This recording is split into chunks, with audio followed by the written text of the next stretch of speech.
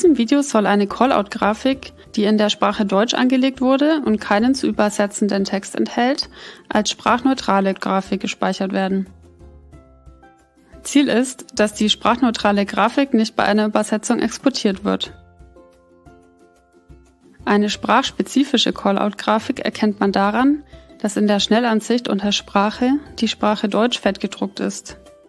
Diese Eigenschaft lässt sich ändern, indem man die Grafik im Callout-Designer öffnet.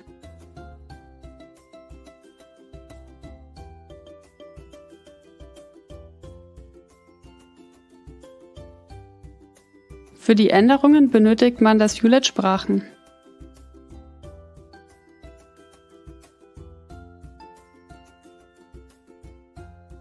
In diesem ULED sieht man das gleiche wie in der Schnellansicht.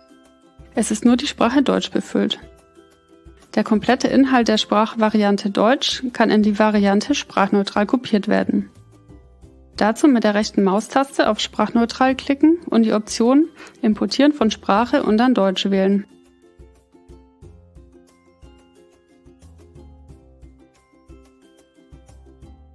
Bei der Grafik in diesem Beispiel hat es wenig Sinn, etwas im Deutschen zu belassen.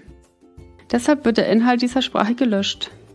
Dazu mit der rechten Maustaste auf die Sprache Deutsch klicken und die Grafikvariante löschen.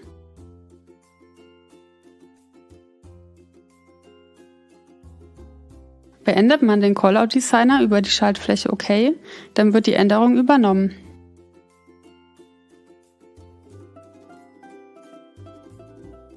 In der Schnellansicht sieht man, dass unter Sprache nur noch die Variante sprachneutral fettgedruckt ist.